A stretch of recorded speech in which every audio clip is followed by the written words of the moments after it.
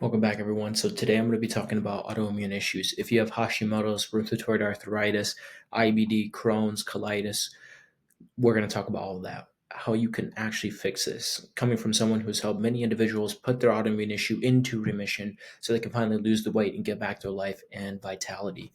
Autoimmune issues are more prevalent than ever today. There's a growing subcategories of all types of autoimmune issues, and I want to be talking about them in each one today. Talking about each one in depth, so to say. So, with all that being said, here, autoimmune diseases are becoming much more prevalent. I mean, around 5 to 8% of the U.S. population have actually a known diagnosed, effect. So what that means is that many people are walking around don't even knowing that they have an autoimmune issue, since their doctor's not running the right labs, or they're just looking for a disease in an individual. They're not looking at how the disease could be growing in the immune system inside your body. So autoimmune diseases are immunological destruction of normal tissue, joints, vascular nature. When you think about skin autoimmune issues, you could think about organ autoimmune issues, and then you could think about um, the last one being off the top of my head, our joint. My apologies for the delay right there. So yes, I like to subcategory autoimmune issues into those three. Many people deal with psoriasis, so they have a skin autoimmune attack. Some people deal with an organ autoimmune attack, so this is like Hashimoto's or IBD. So you have a severe form of inflammation within your thyroid gland, or you could have it in your colon or throughout the small and large intestine, or you could have a joint. So rheumatoid arthritis, MS, and those type of things. Okay, so there are like over 80 million or 80, there are over 80 autoimmune diseases. And they likely come in pairs, because you might know an individual that struggles with not only Hashimoto's, but they can struggle with psoriasis, or they can struggle with RA and Hashimoto's. See, you're more predisposed to have an autoimmune issue if you already have one, since the immune system's already, in dysfunction, as one would say. So when we look at the nature of autoimmunity, you can see that really it's an antigen attack onto your body. And that antigen attack is coming from cytokine. Okay, so you have a cytokine that hits what's called your T cells, and then your T cells react to your lymphocytes, and you have Th1 and Th2. Okay, and then that produces then antigens, antibodies, and that's what attacks the tissue. Okay, cells of the joint, either your organ system, depending on what autoimmune attack you could be dealing with. If it's Hashimoto's, then your thyroid gland. If it's IBD, then your colon or small intestine. Okay, and that's just a very simple form of actually saying it, just so you can understand, and, so we can start taking the proactive steps for you to actually start feeling better. Okay, there's estimated that 50 million Americans are living with an autoimmune disease at a cost of $86 billion a year. Big pharma profits heavily with autoimmune issues. So autoimmunity, though, is a progression. An individual doesn't just wake up one day and have autoimmune disease, autoimmune condition. All right, there is a path that they've went through to actually get to the point where there's a disease. Okay, so you can see that whether in labs, either you have low antibodies, which we'll talk about labs, but you don't have any symptoms. But since the lifestyle you live could trigger through epigenetic change, so your genetics could be making you more predisposed to have an autoimmune issue. Okay, so you could be born with genes that make you more predisposed to have an autoimmune issue, but with your lifestyle, that's what really pulls the trigger to make you actually have the condition. And it's not just either you having a poor lifestyle. You could be totally having a healthy lifestyle, and I actually see it a lot with my coaching clients, is that they're very healthy, but from the dieting or fitness lifestyle they live, from overtraining, undereating, going keto, low carb, low fat, they've all actually made their immune systems weaker. They haven't had enough nutrients coming in. And so what happens is the body is always in stress state. Also, I see a lot of emotional trauma come from autoimmunity as well. So all these things, plus the genetics that you could have, can lead you to actually have an autoimmune attack, and it's unfortunate. And these are all things that we fix, though, inside here. So obviously women make up around 80% of all diagnosed autoimmune cases. Women have more estrogen than men.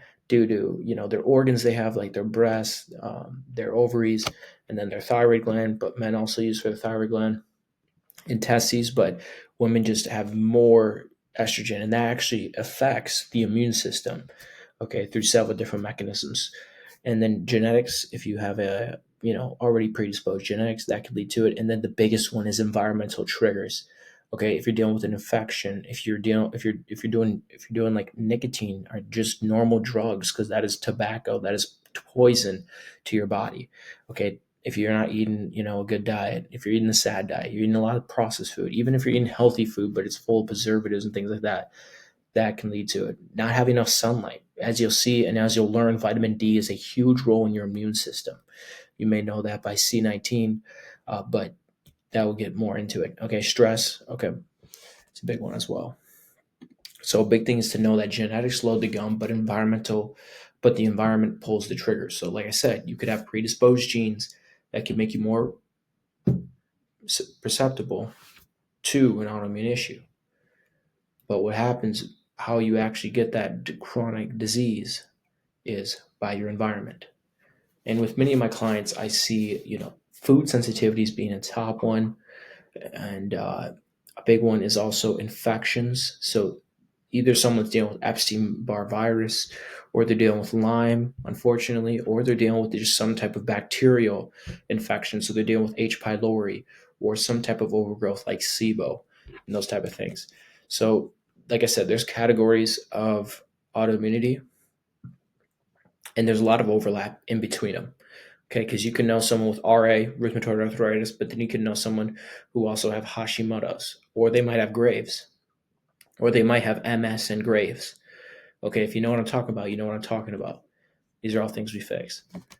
Okay, so let's move on here. So brief overview of some of the autoimmune issues, autoimmune diseases. Rheumatoid arthritis, which is when the immune system attacks the joint, causing inflammation, and it can permanently, cause irreversible damage to the joints. Hashimoto's is an immune system attack to the thyroid gland, causing inflammation and resulting in dysregulation of thyroid hormone levels. So an individual could actually have Hashimoto's for the longest time, but since their TSH doesn't look normal, which, because that's what all Western conventional medicine really tests, it can get to the point where the thyroid gland is almost like completely destroyed, and now you actually do have hypothyroidism. I see that a lot, especially in the coaching.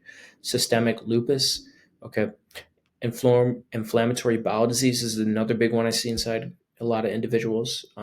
You have diarrhea, bleeding, urgency to go to the bathroom, they have pain. Weight loss actually be a big thing, and malabsorption and malnutrition. So a lot of individuals that deal with IBD seem to always be, having diarrhea, even always having fatigue, because they're not actually adequately digesting and assimilating nutrients correctly. Okay, multiple sclerosis is another big one. Immune system attack on nerve cells, causing damage to the myelin sheath. Okay, that's a type of tissue. Okay, and causes, variety of symptoms like pain. So right here is a list of markers to pull, perhaps, if you suspect you have an autoimmune issue, or you could ask your doctor, or you can, work with someone like me, a functional practitioner, that could help, pinpoint where exactly your autoimmune issue could be occurring, because you want to find what type you could have or where it's going to. Okay, where the immune system, or where there's an antibody attack happening. So anti-nuclear antibody, ESR, which is a inflammatory marker. High sensitive C-reactive protein is an inflammatory marker. Rheumatoid factor is to rule out rheumatoid, RA, rheumatoid arthritis. Or TPO is for thyroid hormone. TGAB is also for thyroid, checking thyroid antibodies, and vitamin D for overall immune system. Okay, so when we look at ANA, which is anti-nuclear antibody test, okay, this is kind of deciphering what type of specific, autoimmune issue you could have. Okay, so that's really the note on that. ESR is another inflammatory type marker, which helps with figuring out how active the disease is inside your body. Like, how overactive is your immune system? How much is your immune system causing inflammation to whatever tissue, organ, joint, or even skin? Okay, high C or high sensitive C reactive protein is almost basically the same, but there's things that can cause high CRP, such as overtraining, undereating, okay, those type of things. So that's always good to know when you are testing those markers. And then rheumatoid factor checks for immunoglobulins that are antibodies contributing to the disease process. Okay, so checking connective tissues just throughout the body, bone, to figure out if you do have any inflammation or antibody attacks on those specific areas to rule out rheumatoid arthritis. All right. TPO and TGAB checks for antibodies develop when a person's immune system starts to attack the thyroid gland and it disrupts its natural function. So this is actually a lab that I recommend that all my clients pull when coming in, especially if they have hypothyroidism, because many hypothyroidism issues that get diagnosed, many individuals that get diagnosed with it, don't actually know that the true root cause to why they have an underperforming thyroid gland is from an autoimmune issue. And you might not know that until you actually test a TPO and TGAB and maybe perhaps getting a thyroid ultrasound to check. So I highly recommend this test. And then vitamin D 25 hydroxy is a huge one I'd recommend. Okay, it plays huge. Your vitamin D plays huge roles in immune health. Okay, and helping with fighting off diseases even. And so the thing is we want to know what the optimal range is, and the optimal range is 60 to 80 nanograms per milliliter. So let's be thinking, if you have an autoimmune issue, what should we be doing? Okay. Well, the first thing I do with my clients is there an underlying infection? Is there yeast overgrowth, bacteria, virus, Lyme, parasites, or anything like that? And majority of times when I have a client come in, we are normally running something called a GI map, which is a stool analysis. You can check it out on my other YouTube videos or on my other YouTube videos, because we want to figure out where specifically is causing the immune system to be overactive, because around 70% of your immune cells are housed in your gut. So if there's any type of yeast overgrowth like Candida, if there's bacteria like H. pylori, if there's any viruses like Epstein-Barr, and then if there's Lyme, and then even if there's parasites, these all can trigger the immune cells inside your gut, okay, to go into dysregulation respectively, and then causing you to have an autoimmune issue. Another thing is food sensitivities, which actually can come from a leaky gut.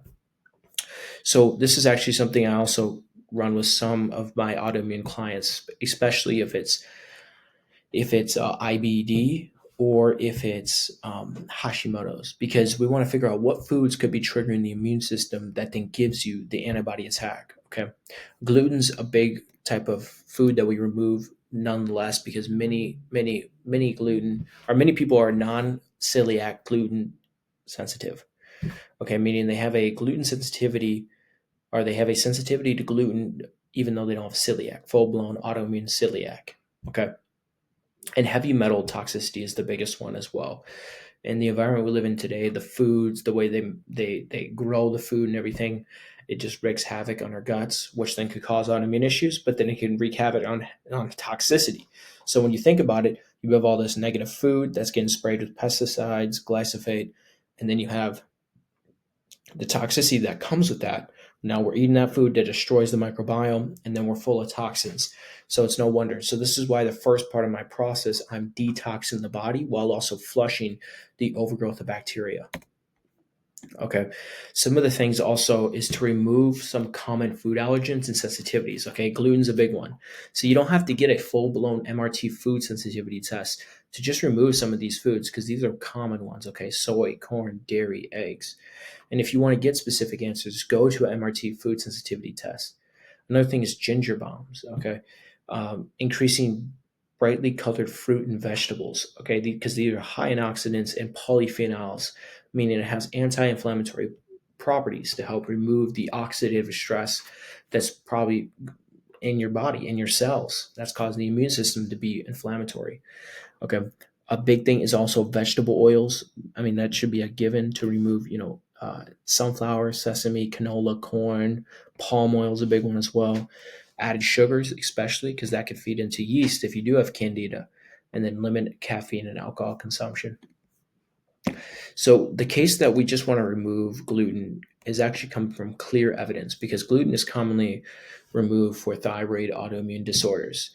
But non-celiac gluten sensitivity has been associated with dermatitis, psoriasis, lupus, inflammatory bowel disease, and rheumatologic diseases, so joint issues. In these cases, gluten may increase intestinal permeability in the gut lining and reduce the integrity of the junctions, including autoimmune or inducing autoimmune mechanisms. So, what does that mean? You have your gut lining, it's intact, but gluten causes it to be out attack like this. And so when it's like this allows foreign invaders to flow into your bloodstream. What that then causes is inflammation and immunological responses. So it triggers your immune system. And then if you trigger your immune system and you already have antibodies, you're going to get a flare up. Okay. It also affects the microbiome composition, decreasing diversity, which studies show that the less diverse your gut is, the less unhealthy you are. Okay.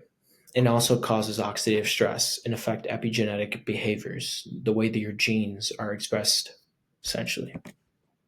And so what I also use is a Mediterranean type diet, which is high in healthy fats, good amounts of fibrous veggies, and good types of proteins, more so like salmon, fish, those type. Okay.